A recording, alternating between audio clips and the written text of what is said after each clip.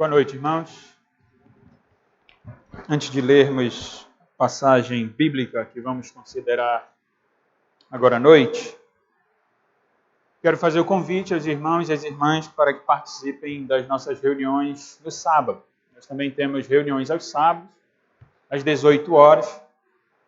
Nós lemos livros, bons livros, com vistas à nossa edificação, ao nosso fortalecimento.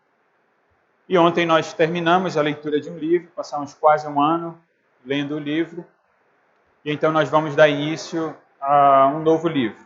Só que antes de ler esse livro, nos próximos sábados, no sábado que vem, no outro sábado, nós estaremos aqui assistindo 2 vídeos que vão falar sobre depressão. É um assunto necessário, urgente, contemporâneo. Eu convido os irmãos e as irmãs a virem para a nossa reunião aos sábados, às 18 horas. Esse sábado que vem, no próximo, estaremos assistindo 2 aulas sobre esse tema na perspectiva reformada. E então, no terceiro sábado, nós vamos dar início à leitura de um novo livro. Nós vamos ler o livro Santidade, do Bispo Riley, J.C. Riley, da editora Fiel. Eu quero convidar os irmãos a virem para a reunião dos sábados. É uma reunião informal, ela parece um pouco formal, porque nós fazemos aqui em cima, mas ela é informal, os irmãos têm oportunidade para perguntar, levantar a mão, tirar dúvida ou comentar algum aspecto que queira ressaltar no momento da leitura, após a leitura. Nós lemos um trecho do livro e aí então comentamos, e aqueles irmãos que estão presentes podem participar também. Então eu convido que os irmãos venham às reuniões aos sábados para serem edificados e também vivenciar a comunhão dos santos. O objetivo dessa reunião do sábado também é vivenciar a comunhão. Então podemos chegar um pouco mais cedo, ficar conversando, vivenciar um pouco da comunhão e então, depois das 6 horas, começarmos a nossa reunião. Todos estão convidados a virem, a participarem dessa nossa reunião. Vamos ler o texto bíblico agora, irmãos, na segunda carta a Timóteo, no capítulo 2.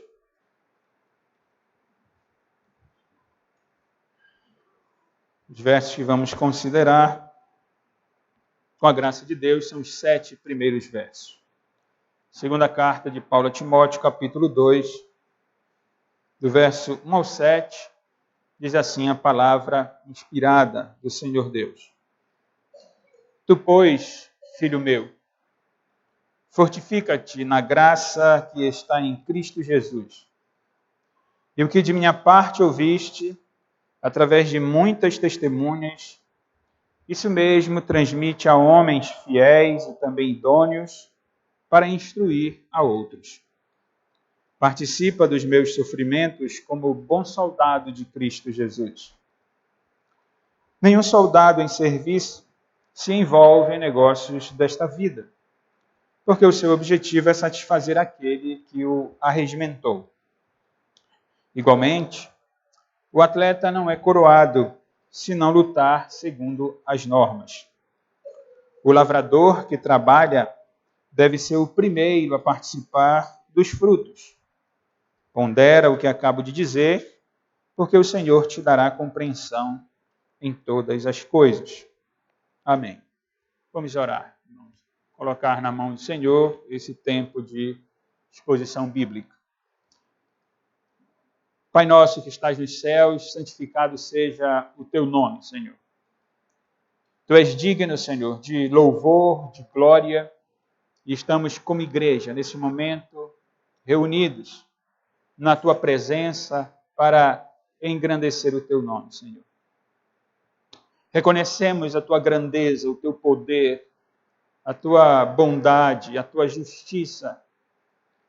E também conhecemos e temos experimentado da parte do Senhor a graça tua, Pai, ao iluminar a nossa mente, abrir o nosso entendimento para compreendermos, Senhor, a beleza da tua lei, compreendermos o teu plano eterno de salvação na pessoa do teu Filho unigênito, o nosso amado Senhor e Salvador Jesus Cristo.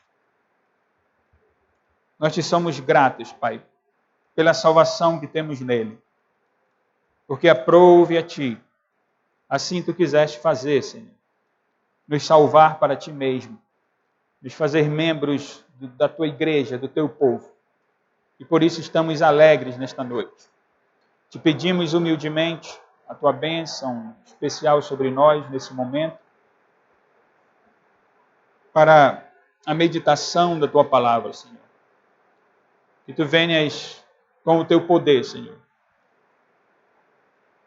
Me auxiliar, Senhor, me dirigir no momento da entrega da mensagem bíblica. Que o Senhor tenha misericórdia da minha vida, me use, não obstante as minhas falhas, mas que a Tua palavra, Senhor, seja anunciada com toda a autoridade que vem do alto, na dependência total do Teu Espírito Santo, com vistas à glorificação do Teu nome, à edificação da igreja e à salvação também dos perdidos que porventura estejam no nosso meio, Senhor. Abençoa também os irmãos que aqui se encontram, os membros da igreja, os que nos visitam. Que o Teu Espírito Santo, Senhor, ilumine as suas mentes e lhes dê a capacidade de absorver o ensino da Tua palavra. De modo que eles não sejam meros ouvintes, mas que o Teu Espírito Santo, Senhor, trabalhe no coração, na vida desses irmãos, dessas irmãs, das nossas crianças, para que eles venham a pôr em prática aquilo que a Tua palavra ensina, Senhor. Atua, Senhor, no nosso meio, opera, que o Senhor tenha liberdade de realizar, Senhor, a Tua vontade na nossa vida. Que através do ensino, Senhor, da exposição da Tua palavra, que todos nós nos acheguemos mais ao Senhor. Que amemos mais, Senhor, o Evangelho. E que o Teu Espírito Santo nos ensine esta noite, Senhor. Que o Senhor abra, Pai, os nossos olhos, cada vez mais, para que possamos crescer, Senhor, como crentes, e que busquemos sempre, Senhor, a realização da Tua vontade.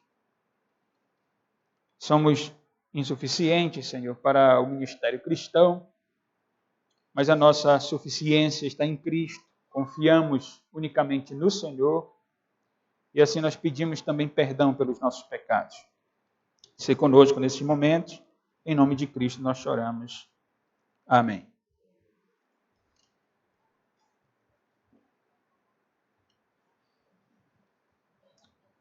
Penso que a maioria de nós já foi ao cinema, viu um filme muito bom, na opinião de quem foi, e foi tão bom, foi até surpreendente, que nós desejamos compartilhar com alguém aquele filme, de tão bom que foi. Isso ocorre em qualquer área da vida. Sempre que nós temos uma boa notícia, nós queremos falar a alguém. Se nós descobríssemos, por exemplo, a cura para o câncer, nós certamente divulgaríamos isso com todo o afinco, com toda a força. Essa deve ser a realidade também do Evangelho. Quem encontra Cristo, quem conhece o Evangelho, esse tem vontade de falar do Evangelho. Esse quer contar para todo mundo as boas novas de salvação, a realidade espiritual que Deus realizou no coração.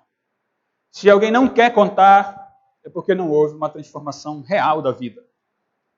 Porque é impossível você encontrar o que há mais de importante no mundo, que é o Evangelho, e guardar para si mesmo. Porque Deus nos chama para o ministério cristão, para a promoção do reino neste mundo. E o apóstolo Paulo escreve a carta a Timóteo, ao jovem Timóteo, pastor Timóteo, na igreja de Éfeso, encorajando Timóteo a permanecer nesse propósito, de promover o reino de Deus, de ensinar a sua igreja ali por causa do seu ministério, que era o ministério do pastorado da igreja. Os irmãos acompanharam o primeiro capítulo da exposição e agora iniciamos o segundo capítulo. Paulo, nesses 13 primeiros versos, eu li os 7 primeiros versos que nós vamos estar considerando, e nos 13 primeiros versos ele fez algo semelhante ao que ele havia feito no capítulo 1, do verso 6 até o verso 14. Nos versos 6 e 7 e 8, Paulo encorajou Timóteo, dizendo que ele deveria permanecer firme, reavivar o dom dele, nunca deixar que o dom dele fosse apagado, mas que ele alimentasse aquele dom. E depois ele deu a razão, por causa do Evangelho de Cristo. Pois agora, no início do capítulo 2, ele faz algo semelhante. Ele encoraja Timóteo, apresentando 3 imperativos. No primeiro verso ele diz, fortifica-te na graça. No versículo 2 ele diz, transmite a homens fiéis. No versículo 3 ele diz, participa dos meus sofrimentos e dá 3 exemplos de pessoas, de homens que sofrem por causa da sua função. Soldado, versículo 3. O atleta, versículo 5. E o lavrador, no versículo 6. E no versículo 7, ele conclui dizendo, pondera o que acabo de dizer, Timóteo, porque Deus vai te dar compreensão. Então ele está encorajando. E aí, a partir do versículo 8, ele traz o Evangelho de novo, na pessoa de Cristo. Quando ele diz, lembra-te de Jesus Cristo, ressuscitado de entre os mortos, descendente de Davi, segundo o meu Evangelho. Mas eu quero considerar a primeira parte apenas, desses 13 primeiros versos, do verso 1 ao verso 7. E quero considerar esses versos de forma breve, sobre o tema compreensão nas coisas do Senhor. É assim que ele termina esse parágrafo. Pondera o que acabo de dizer, porque o Senhor te dará compreensão em todas as coisas. Como já mencionei, Paulo encoraja Timóteo com 3 imperativos. Primeiro, ele fala do fortalecimento na graça. É necessário para que alguém promova o reino de Deus, para que alguém conte das boas novas, para que alguém fale daquilo que é mais importante, é necessário um fortalecimento na graça. Depois ele vai então dizer, transmite a outros. Afinal de contas, essa é a nossa missão, como estarei mencionando, e era a missão de Timóteo como pastor. E depois ele, não como alguém esquizofrênico, porque o cristianismo não é esquizofrenia, Paulo diz, fortifica-te, transmite. Podemos dizer, Paulo empolga Timóteo, motiva Timóteo, mas logo ele traz os pés de Timóteo para o chão e diz, olha, Timóteo, mas tem sofrimento. Você tem que estar pronto para sofrer também. Então vamos considerar, vamos esse verso.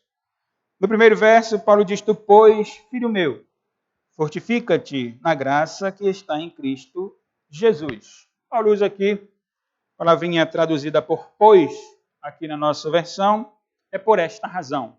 Por isso, exatamente por tudo aquilo que nós estudamos no primeiro capítulo, que consideramos já aqui nos domingos passados. Só para lembrar, domingo passado, os últimos versos do primeiro capítulo, foram aqueles exemplos que Paulo deu a Timóteo. Exemplo negativo e positivo. Daqueles que o haviam abandonado no momento em que ele mais precisou, mas havia, além desses que o tinham abandonado, como Fígelo e Hermógenes, havia o Onesíforo, que visitou Paulo, que cuidou de Paulo. E a aplicação no domingo passado foi que todos nós devemos ser onesíforos. Então Paulo diz, por isto, Timóteo, todo o conteúdo do capítulo 1, por causa desses 2 exemplos, onde Paulo estava dizendo, Timóteo, seja um onesíforo, não seja um Fígelo nem um Hermógenes, mas seja onesíforo. Por isso, Timóteo, por essa razão, Timóteo, desse tamanho chamado que você tem, Paulo diz, fortifica-te. Fortifica-te aqui é dar poder. A palavra traduzida por fortificar-se aqui, ela vem de uma outra palavrinha que tem o sentido de poder de capacitar, de habilitar.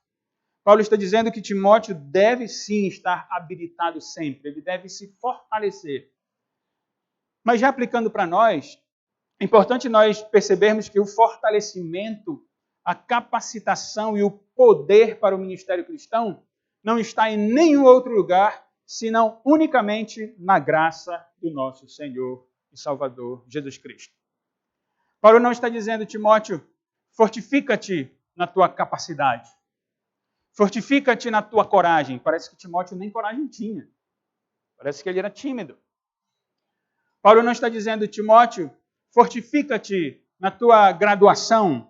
Fortifica-te na tua intelectualidade. Porque qualquer cristão que quiser buscar força no seu currículo vitae, que quiser buscar força em outro lugar que não seja na graça de Cristo, esse vai se enganar certamente. Esse vai cair certamente. O que fortalece um crente e o que fortaleceria Timóteo seria unicamente a graça que está em Cristo Jesus. Afinal de contas, pela graça nós somos salvos. A salvação não vem por obras, não é para que nenhum homem se glorie. É a graça, é a manifestação do favor de Deus. Afinal de contas, nós estamos conversando sobre realidades espirituais.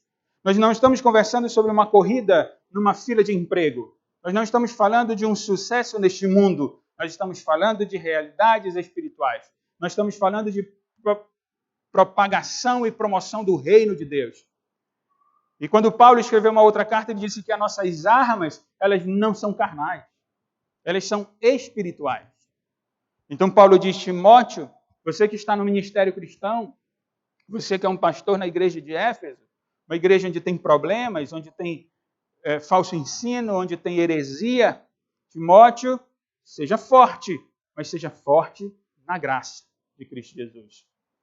Paulo é aquele homem que sabia bem o que era graça. Lá na primeira carta, ele louvou a Deus, porque Deus o havia convertido, mas também o havia chamado para o ministério apostólico. Paulo foi aquele que, em um momento, percebeu uma dificuldade na sua vida, a qual não podemos mencionar exatamente, mas que pediu a Deus que tirasse o espinho da sua carne. E qual foi a resposta que ele recebeu do Senhor? Paulo, a minha graça te basta, Paulo. Pois Paulo está dizendo a Timóteo, Timóteo, fortifica-te, Timóteo. Seja capacitado, tenha poder, seja hábil, mas na graça de Cristo. É só na graça. Porque sem a graça de Deus, nós não conseguiremos absolutamente nada. E depois, então, ele diz, o segundo imperativo dele, e o que de minha parte ouviste, através de muitas testemunhas, lembra, Timóteo, essa verdade do Evangelho, ela não é minha, ela não é sua, ela é do povo de Deus, ela é da igreja de Cristo. Há muitas testemunhas. Ele diz, o que de minha parte ouviste, através de muitas testemunhas, isso mesmo transmite a homens fiéis e também idôneos para instruir a outros. Paulo diz, o que aprendeste de minha parte, porque, irmãos, Timóteo havia aprendido com Paulo, nós já sabemos disso. Capítulo 1, no verso 13, ele havia dito, mantenha o padrão das sãs palavras que de mim ouviste, com fé e com amor que está em Cristo Jesus. Aqui no capítulo 3, versículo 10 e 11, Paulo vai dizer a Timóteo, tu, porém, tens seguido de perto o meu ensino, procedimento, propósito, fé, longanimidade, amor, perseverança, as minhas perseguições e os meus sofrimentos, quais me aconteceram em Antioquia, Icônio e Listra, que variadas perseguições tenho suportado. De todas, entretanto, me livrou o Senhor. Então, Timóteo havia aprendido com Paulo, é verdade. Mas percebam que Paulo está falando, embora Paulo algumas vezes diga o meu evangelho, a fidelidade de Timóteo não deveria ser exatamente a Paulo, mas a mensagem que Paulo pregava. Porque a mensagem que Paulo pregava era a mensagem de Cristo. Quantas vezes nós lemos Paulo dizendo, então eu transmito a vocês o que eu recebi do Senhor. A fidelidade de Timóteo, sem dúvida, vai ser a Paulo. Porque Paulo é o seu pai na fé. Paulo é o seu professor, é o seu mestre. Mas se Paulo não fosse fiel ao Evangelho, Timóteo não deveria nenhuma fidelidade a ele. Aí, só para lembrar a nossa realidade, nós estamos no período de recepção de novos membros, né? Temos conversado com aqueles que chegam até nós e lembramos daquela perguntinha que o ministro faz no momento da profissão de fé de alguém, que está no nosso manual presbiteriano, que é a seguinte pergunta: você promete se submeter à liderança desta igreja enquanto ela for fiel à Escritura? Esse é o ponto importante. Não é uma submissão cega, não é uma fidelidade cega, mas é uma fidelidade, na verdade, ao Senhor da igreja. Então, Paulo diz: olha, Timóteo, o que de minha parte ouviste, isto é, a mensagem de Paulo, que é, como eu disse, a mensagem de Cristo. Essa mensagem, tudo aquilo que Timóteo havia aprendido com Paulo, que é de Cristo, repito, enfatizo, Timóteo deveria transmitir. Isto é, Timóteo deveria ensinar, deveria confiar, deveria entregar aos cuidados de alguém. Literalmente, o verbo aqui de transmitir é pôr à mesa. É preparar comida e colocar à mesa. Isso é confiança. Ninguém prepara uma comida para alguém que está sentado à mesa ou para algumas pessoas que estão sentadas à mesa. Ninguém prepara uma comida, põe à mesa e começa a dar a comidinha na boca de alguém, como se aquele alguém não pudesse administrar aquilo e usufruir daquilo. A não ser que seja uma criancinha. A não ser que seja alguém imaturo. Mas não é o caso aqui. Por isso Paulo diz: transmite e ensina a homens fiéis e idôneos. Então veja que Paulo está exatamente tratando da realidade de transmitir o evangelho a alguém. Porque essa, irmãos, é a razão da vida da igreja neste mundo. É verdade que o primeiro propósito da igreja é glorificar a Deus. Afinal de contas, nós fomos criados por Deus para glorificá-lo e usufruir dele para sempre. Sem dúvida nenhuma que esse é o primeiro propósito da igreja. Glorificar a Deus. Agora, como glorificamos a Deus? Vivendo de forma santa e realizando o ID do nosso Senhor e Salvador Jesus Cristo, quando ele ordenou que a sua igreja fosse e pregasse o evangelho a todas as criaturas. Por isso eu digo, é a razão da igreja neste mundo. Afinal de contas, Deus salva pessoas por intermédio da sua igreja. Deus faz com que a sua igreja seja edificada, seja fortalecida e cresça por meio da sua igreja, por meio da propagação do evangelho, por meio da promoção do seu reino neste mundo. Então, todos nós, não apenas o pastor Timóteo, mas todos nós como cristãos, chamados por Deus, inseridos no ministério cristão, nós temos essa responsabilidade de pegar a verdade do evangelho, que nós já entendemos, que foi uma bênção para a nossa vida, agora nós temos que transmitir a outros. Nós temos que confiar a outras pessoas, porque o evangelho não é propriedade minha. O que adianta eu ser edificado anos e anos e eu não compartilho com ninguém a edificação? Como se fosse algo egoísta, como se eu quisesse o evangelho para mim. Não. Transmite, Timóteo, a homens fiéis e idôneos, isto é, a crentes verdadeiros que cumprem com as suas responsabilidades cristãs. E aqui no ponto é a transmissão do evangelho. Apenas uma elucidação. A palavra homens aqui não diz respeito a pessoas do sexo masculino. Alguns intérpretes preferem ler assim, como se o pastor Timóteo estivesse dizendo como se o apóstolo Paulo estivesse dizendo que o pastor Timóteo deve transmitir as verdades do evangelho a homens, pessoas do sexo masculino, para a continuidade do ministério pastoral. Essa leitura, ela é à luz da primeira carta. Porque na primeira carta, como eu disse quando nós começamos a estudar a segunda, ela é eclesiástica. Essa carta, embora se encontre na classificação do mesmo estilo, isto é, uma carta pastoral, eu tenho dito aos irmãos que essa carta é muito mais pessoal, e penso que os irmãos já estão percebendo.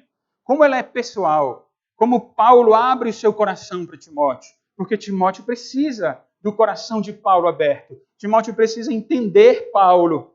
Afinal, ele era fiel a Cristo, para que Timóteo também, seguindo os passos de Paulo, continue fiel a Cristo também, seja fiel a Cristo, e então seja encorajado e firmado no seu ministério. Como eu disse, alguns interpretam isso à luz da primeira carta, do capítulo 3, onde Paulo deu as qualificações para aqueles que desejam o episcopado e o diaconato, servirem a liderança da igreja. E parece ter um pouco de sentido. Sem dúvida que nós podemos aplicar também assim. Mas essa não é a ideia original de Paulo. Não é a ideia original de Paulo pelo seguinte fato, muito simples. A palavra grega traduzida aqui por homens é anthropos, de onde vem a nossa palavra antropologia. Anthropos não é pessoa do sexo masculino, mas é pessoas em modo geral, ser humano ou alguém. Tanto que a Nova Versão Internacional traduz transmite a outros. É assim que essa é uma melhor tradução do que a homens. Por exemplo, vamos voltar lá na primeira carta, só para os irmãos visualizarem melhor o que eu estou dizendo. No capítulo 2 da primeira carta, Paulo tinha dito, antes de tudo, pois, exorto que se use a prática de súplicas, orações, intercessões, ações de graças em favor de todos os homens. Palavra grega anthropos. Ninguém vai dizer que aqui Paulo está dizendo que só se deve orar por pessoas do sexo masculino. Quando Paulo usa a palavra anthropos, ele está mencionando os seres humanos. No capítulo 2, diz que vocês devem orar, não é? Fazer súplica por todos os homens, por todas as pessoas. E no versículo 8 ainda, do capítulo 2 da primeira carta, aí sim, nós temos homem e mulher. Paulo diz no versículo 8, quero, portanto, que os varões... Opa, aqui é uma palavra grega que significa pessoa do sexo masculino. Palavra aner. A palavra aner é varão, é homem, não mulher. Quero, portanto, que os varões orem em todo lugar, levantando mãos santas, sem ira, sem animosidade. Versículo 9, da mesma forma que as mulheres. Então ele fez aqui de propósito uma diferença entre homens e mulheres. Ele usou dois termos gregos, o primeiro de respeito à pessoa do sexo masculino e o segundo à pessoa do sexo feminino. No versículo 1, homens de modo geral. Voltando ao nosso texto, na segunda carta, no capítulo 2, Paulo está falando da transmissão da verdade do evangelho a pessoas que sejam idôneas, as pessoas que sejam fiéis, como já expliquei, crentes que exercem a sua responsabilidade. Porque, irmãos, esse é o nosso dever. O nosso dever é transmitir, como já dito, a verdade do evangelho. Há pessoas, crentes, fiéis, que cumprem com as suas responsabilidades. E aí poderíamos ampliar bastante o leque a quem devemos transmitir as verdades do evangelho.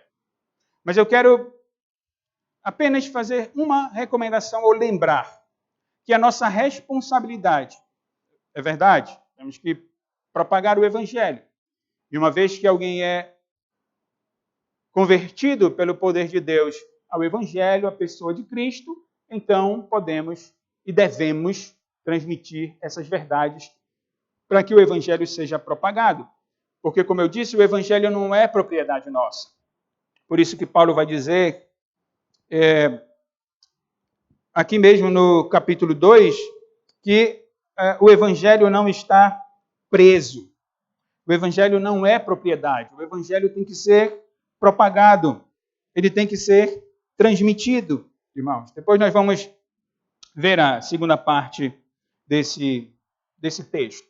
Mas eu dizia, eu quero aplicar, podemos transmitir, devemos transmitir a todos, mas eu quero lembrar que o evangelho deve ser compartilhado às futuras gerações. Paulo, tenho dito isso porque esse é o pano de fundo da carta, Paulo está preso. Paulo irá morrer. Quem continuará o ministério da propagação do reino? Timóteo.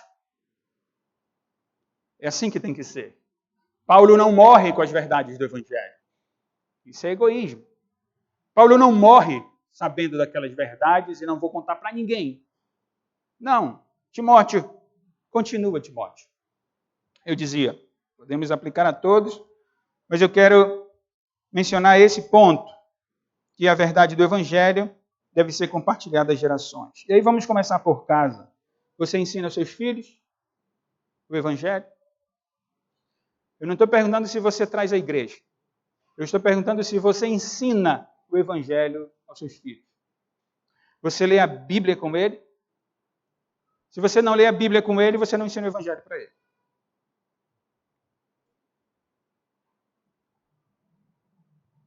O Evangelho tem que ser mantido pelas gerações seguintes. O Evangelho tem que ser propagado e ele tem que ser pregado a todas as nações. Ele tem que ser levado. Afinal de contas, ninguém é eterno. Você pensa que você é eterno, você está pecando. Podemos morrer a qualquer momento. Não podemos acrescentar um côvado ao curso da nossa vida.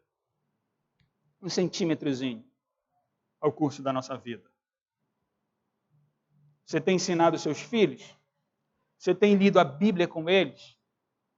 Você tem falado do Evangelho a eles? Você tem que transmitir essa verdade. Eles têm que ser fiéis e idôneos. Crentes verdadeiros que cumprem com as suas responsabilidades. Qual é a responsabilidade maior do crente? Promover o reino de Deus. Compartilhar do Evangelho. Propagar as boas novas. Essa é a função do crente. Não esqueça que Timóteo é pastor de Éfeso. Lá tem confusão na igreja. Lá tem falso ensino. Lá tem falso mestre. Lá tem heresias sendo propagadas. Se o ministro e se aqueles que estão sob o cuidado do ministro Timóteo forem negligentes e forem passivos, certamente a falsa doutrina vai tomar conta da igreja. Ele tem que ser ativo. Ele tem que continuar o ministério. Ele tem que propagar. Ele tem que preparar homens para o futuro. Pessoas, homens para a liderança da igreja, sem dúvida nenhuma. Como eu disse, esse versículo pode ser aplicado. Mas ele não diz necessariamente isso. Afinal de contas, não são só os homens que propagam o Evangelho. Os homens são chamados para a liderança da igreja. Mas todos nós, homens e mulheres, temos a responsabilidade de propagar o Evangelho. De pregar às futuras gerações e começando em casa para os nossos filhos. Fortalecer-se na graça. Transmitir a mensagem do Evangelho, como disse no início, é algo empolgante para nós, é algo que nos motiva, mas há um outro lado da moeda, há um outro aspecto da vida cristã. E desse nós não gostamos de falar muito, mas Paulo gasta mais tinta aqui também. É do sofrimento. Por natureza, nós não queremos sofrer. Às vezes por covardia. Paulo disse, não seja covarde, Timóteo, não te envergonhes, Timóteo. Mas é um aspecto importante do ministério cristão. Então Paulo diz no verso 3, participa dos meus sofrimentos. Ele tinha dito algo semelhante no capítulo 1, versículo 8. Não te envergonhes, portanto, do testemunho de nosso Senhor, nem do seu encarcerado que sou eu. Pelo contrário, participa comigo dos sofrimentos a favor do Evangelho, segundo o poder de Deus. E aí ele traz 3 exemplos. Participa, Timóteo, do sofrimento cristão. Primeiro exemplo, como soldado. Mas ele diz como bom soldado de Cristo Jesus. Ele explica. Nenhum soldado em serviço se envolve em negócio desta vida, porque o seu objetivo é satisfazer aquele que o alistou, aquele que o arregimentou. Paulo usa a figura do soldado. Alguns são militares aqui, nem todos, mas nós, pelo menos em um grau pequeno, entendemos um pouco o que é a vida de um soldado. O soldado não tem vida própria. Se ele está na escala, ele tem que cumprir a escala. Se ele é escalado para ficar de pé na frente do quartel, ele vai ficar de pé na frente do quartel. Ele não pode dizer, ô comandante, eu estou muito cansado, arranja uma cadeira para eu sentar rapidinho. Não tem isso. É soldado. Eu estou usando um exemplo mais próximo nosso, né? Graças a Deus nós não vivemos em guerra. Mas imagine um soldado ter que ir à guerra. Ele tem que abandonar a esposa, ele tem que abandonar filhos, ele tem que abrir mão da sua vida, porque ele foi alistado, ele foi convocado, ele foi arregimentado pelo seu comandante. E uma vez que o soldado é arregimentado ou alistado para aquela missão, ele deve realizar aquela missão. Ele não pode cogitar em dois pensamentos. Então, se o comandante coloca aquele soldado na escala, ele não pode dizer, mas eu estou para a escala na quinta, mas eu tinha o shopping para passear com minha esposa e meus filhos. Se ele ficar nesse pensamento, ele terá problema. E Paulo diz assim, participa dos meus sofrimentos, como bom soldado de Cristo Jesus. Ele dá o exemplo, nenhum soldado em serviço se envolve em negócio desta vida. Alguns querem puxar novamente para o ministério pastoral e dizer que um pastor não pode exercer outra função senão o de tempo integral. Sem dúvida que é um princípio importante, é um princípio válido de fato, porque quando alguém se dedica exclusivamente para o ministério, tem todo o tempo para o ministério, não tem que dividir nada. Sem dúvida é um bom princípio, mas não é disso que Paulo está falando. Volto a dizer, Paulo está falando do cristão. Todos nós somos soldados de Cristo. Todos nós somos alistados pelo general, pelo nosso comandante. E nenhum de nós é dono da sua própria vida. Quem é dono da nossa própria vida? Quem é dono da nossa vida? Melhor, Cristo. É por isso que ele é chamado de Senhor, Kyrios. Ele é Senhor.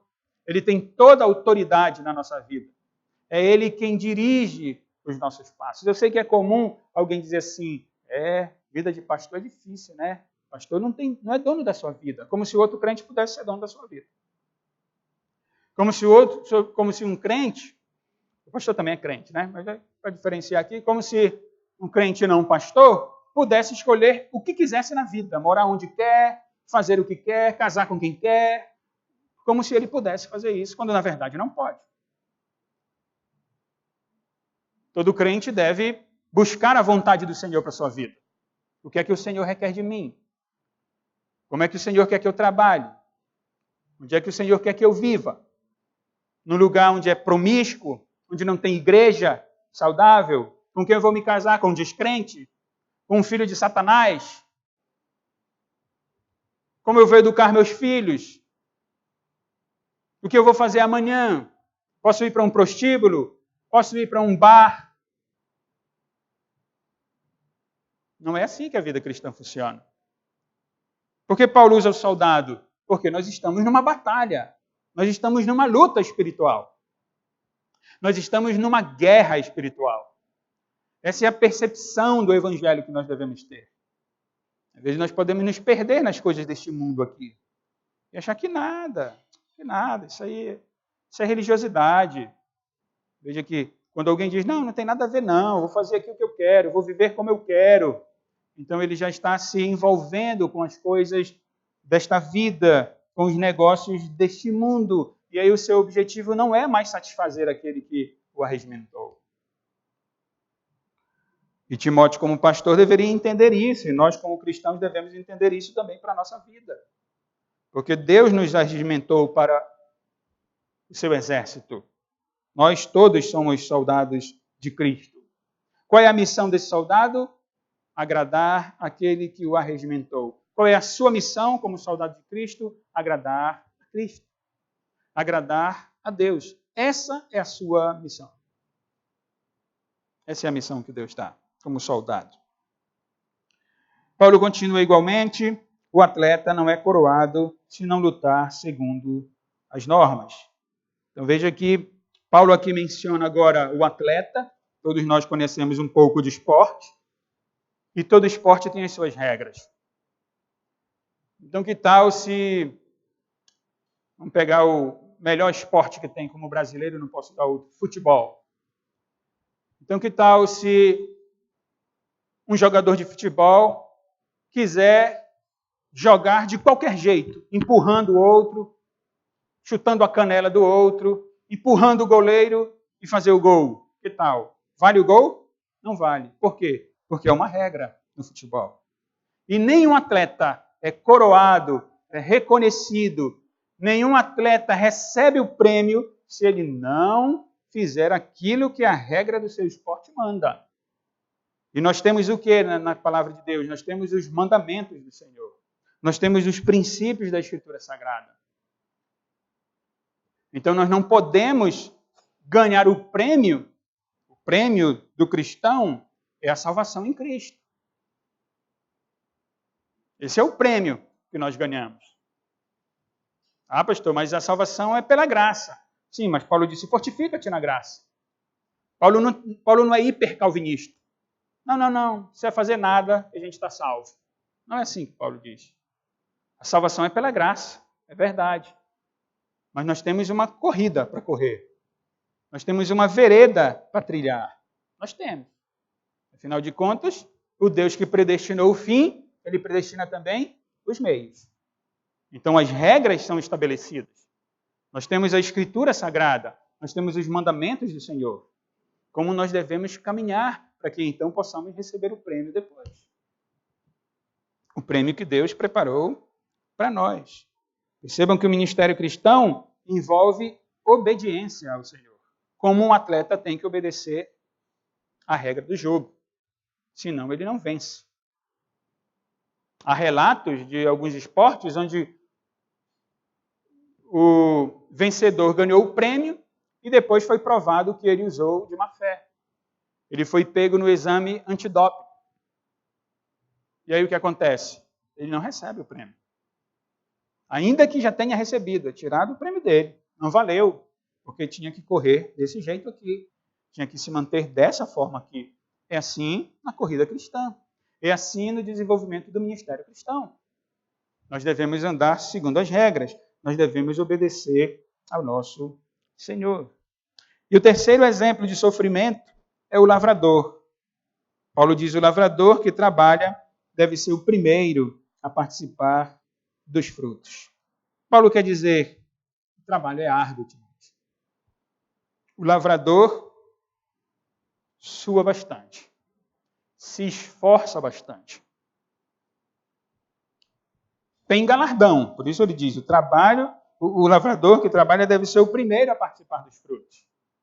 Mas há um trabalho aqui, e é árduo, e tem que trabalhar, tem que labutar.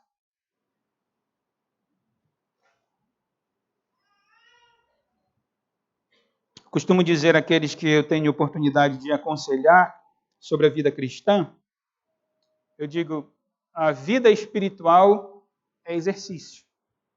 É exercício. Literalmente exercício. É esforço. É como ir para uma academia, tentar fazer um pouco de musculação. É como tentar dar uma volta no bosque. É necessário esforço. É necessário treino para que venha um condicionamento físico. A primeira volta, muitos de nós, eu acho que eu estou incluído agora, se muitos de nós tentar dar uma volta no bosque, no outro dia a perna está toda doída, o pé está reclamando. E aí tem que ir de novo. No dia seguinte, ou descansar, não é? O professor aí da área de descansa, um dia vai no outro. E aí dá mais uma volta, já vai melhorar um pouco. Depois outra volta, melhorou bastante, já vai dar 2, já vai dar 3. Quando a gente vê, o irmão vai estar correndo já, e vai ser legal. É assim a vida cristã. Todos nós temos a experiência, começamos a ler a Bíblia, e aí paramos um dia, paramos segundo dia, terceiro dia, quarto dia, uma semana sem ler a Bíblia. Para voltar a ler a Bíblia, dificuldade. Não é não?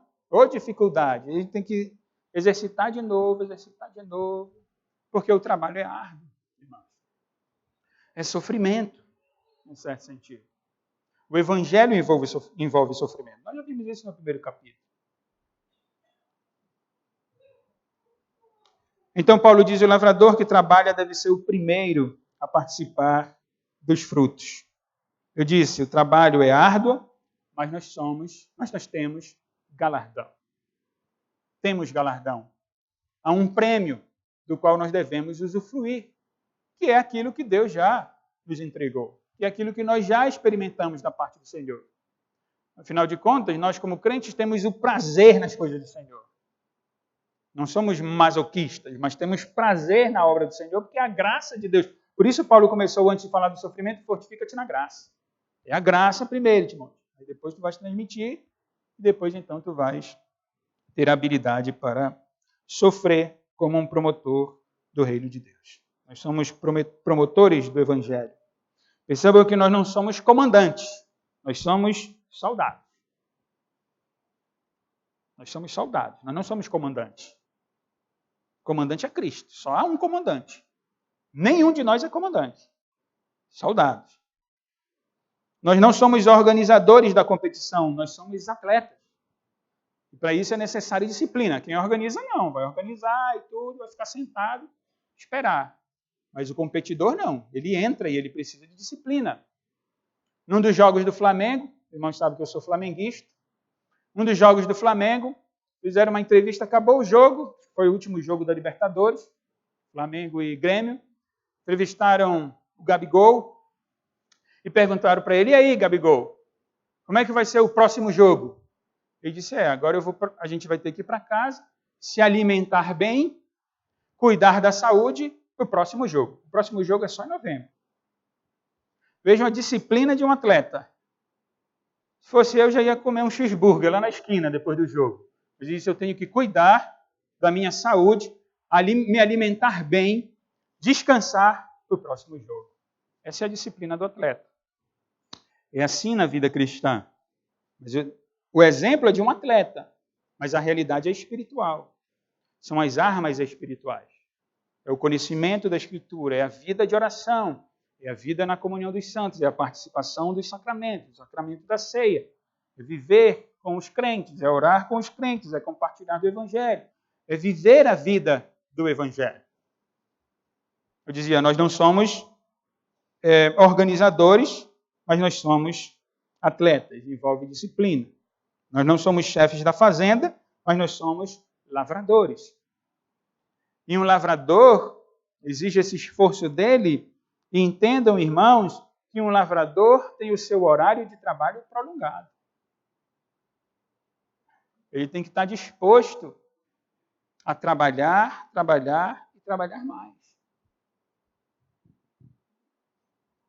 Ele tem que estar atento ao tempo, não é? E trabalhar, para que o Senhor então venha e dê o crescimento, lhe dê o fruto do qual ele vai usufruir. Assim é a vida cristã. Às vezes nós queremos encaixar a vida cristã numa perspectiva empresarial.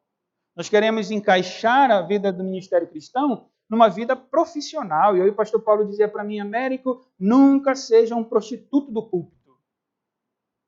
Alguém que só estuda porque tem que pregar.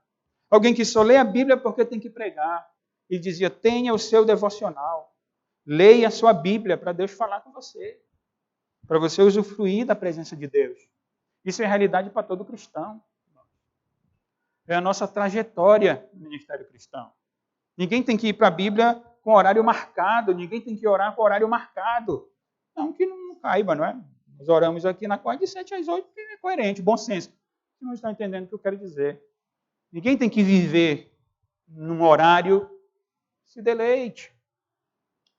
Prolongue o seu trabalho no ministério cristão. Individualmente, com alguém, não é? Quando necessário. E aí Paulo então termina dizendo, afinal de contas, embora nós entendamos tudo isso, nós devemos admitir que isso não é tão fácil para nós. Não é? Pode ser muito interessante e bonito falar atleta, soldado, lavrador, mas quando é lá em casa sozinho, isso é difícil, não é? E aí Paulo disse a Timóteo, pondera, Timóteo, o que acabo de dizer, porque o Senhor te dará compreensão em todas as coisas. Paulo está dizendo a Timóteo, Timóteo, dê atenção para isso, pense nisso, considere isso, Timóteo. E aí o Senhor vai dar compreensão, vai te dar compreensão.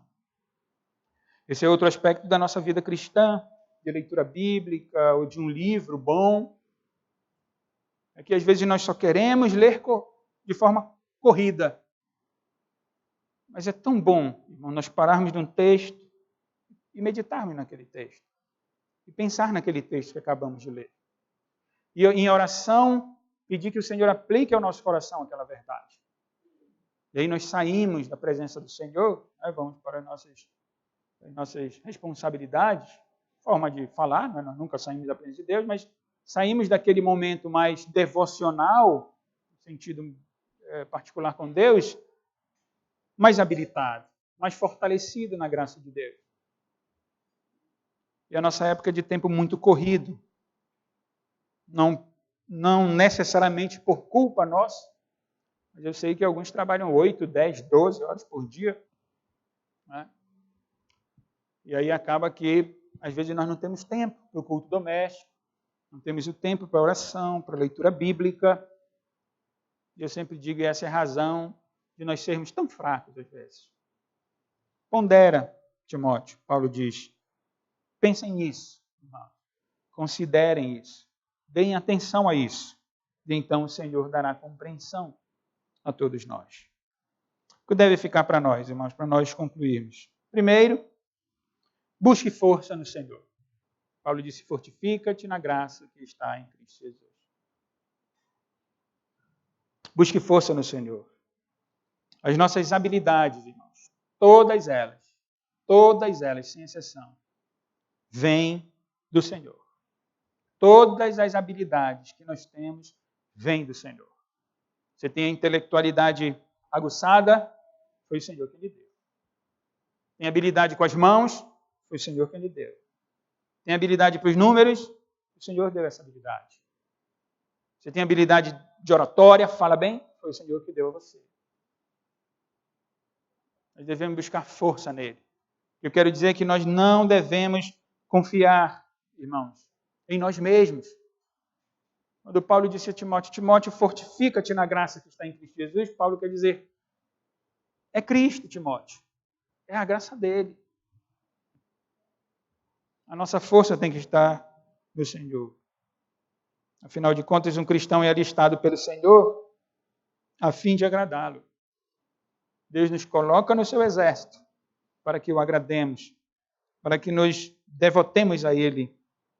E a pergunta que eu faço a você é, você tem desejado agradar a Deus? Você tem colocado Deus como algo mais importante, a graça de Cristo? Quão difícil para nós, irmãos, sobretudo em momento de dificuldade, lembrar da graça e pensar na graça e entender que ela nos basta. Nós queremos correr para tudo que é canto, queremos usar todos os recursos e às vezes nos esquecemos que Cristo está presente. Ele disse, eis que estou convosco todos os dias até a consumação dos séculos. Foi isso que Jesus disse. Então todos nós devemos nos fortalecer no Senhor e na sua graça. E a segunda lição para nós é que devemos transmitir o conhecimento cristão, irmãos. É lá fora, é no mundo que há competição de conhecimento. É no mundo que alguém estuda para um concurso público e não quer compartilhar o seu conhecimento. Isso é uma prática ímpia, na minha opinião. Estuda para o concurso público e não quer compartilhar com ninguém, porque, afinal de contas, o outro pode tirar minha vaga. É no mundo que isso acontece.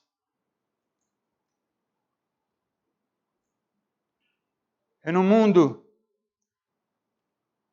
que o aluno de uma escola não quer, às vezes, compartilhar do seu conhecimento teórico com o outro. Afinal de contas, ele pode passar no vestibular na minha frente. Mas com o Evangelho não é assim. O Evangelho é de Cristo. O Evangelho não é propriedade nossa. O Evangelho não é meu. O Evangelho tem que ser transmitido, tem que ser propagado. Quanto mais pessoas conhecerem o Evangelho, nós vamos estar cumprindo o ID do nosso Senhor Jesus Cristo. A verdade do Evangelho deve ser transmitida a todas as pessoas. Estou falando aqui do ID. No texto, transmitida a crentes fiéis e idôneos, a crentes verdadeiros, que cumprem com as suas responsabilidades e que ensinam outros. Nós vimos aqui que tem habilidade, porque essa é a ideia de transmissão contínua do Evangelho. E nós devemos fazer isso, irmãos. Que ninguém nos acuse de receber muito ensino e ficar só para nós mesmos. Que nós não sejamos encontrados dentre esses. Mas que sejamos vistos pelos olhos de Deus como alguém que recebe uma boa notícia. Afinal de contas, nós recebemos uma boa notícia. Nós vimos muito mais do que um bom filme que queremos contar para um colega nosso. Nós temos recebido do Senhor e o conhecimento muito mais importante, muito melhor do que a cura do câncer. Porque nós temos a verdade que tira homens e mulheres do inferno. E isso tem que ser transmitido, isso tem que ser propagado, isso tem que ser promovido. E em terceiro lugar, Deus lhe dá compreensão. Agora perceba que as duas coisas andam juntas. O esforço do crente, Paulo disse, pondera, Timóteo. Pensa nisso, Timóteo. Dá atenção a isso, Timóteo. O crente tem que se esforçar para entender as coisas de Deus. O crente tem que se esforçar para conhecer as coisas de Deus. E as coisas de Deus são conhecidas nas páginas da Bíblia Sagrada. É a revelação de Deus para nós. Esse é um ponto, esse é um aspecto. E o outro é que o poder de Deus é que abre a nossa mente a fim de entendermos o que Ele nos revela. Nós não podemos olhar só para um aspecto. Se eu pensar que Deus vai me ensinar sem o meu esforço de ler, eu estou enganado. Porque não há essa mágica. Ninguém aprende o Evangelho por osmose. Ninguém. É indo às Escrituras, se esforçando para entender e esperando que Deus abra o entendimento. Eu não posso só achar que Deus vai revelar para mim, do mesmo modo como eu não posso só confiar no meu esforço. Porque senão eu também vou me dar mal. Porque não é o esforço humano que dá o entendimento das verdades da Bíblia, mas é a graça de Deus. E nisso nós nos agarramos, que Deus nos dará compreensão, como tem dado, né? É verdade que, como Paulo, nós também conhecemos em parte. Em parte nós profetizamos. Quando vier o que é perfeito, então conheceremos de modo perfeito. É verdade. Nós temos tido compreensão, todos nós. Estamos caminhando um tempinho, alguns muitos anos, outros poucos anos, outros algumas semanas, alguns meses, mas nós temos tido compreensão da parte do Senhor. E nisso devemos, então, nos firmar e nos encorajar para permanecermos firmes ao Senhor.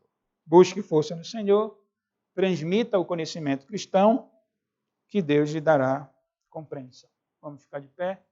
Peço ao presbítero Zoênio que escolha um hino, um cântico. Vamos louvar o nosso Deus, orar e encerrar o culto.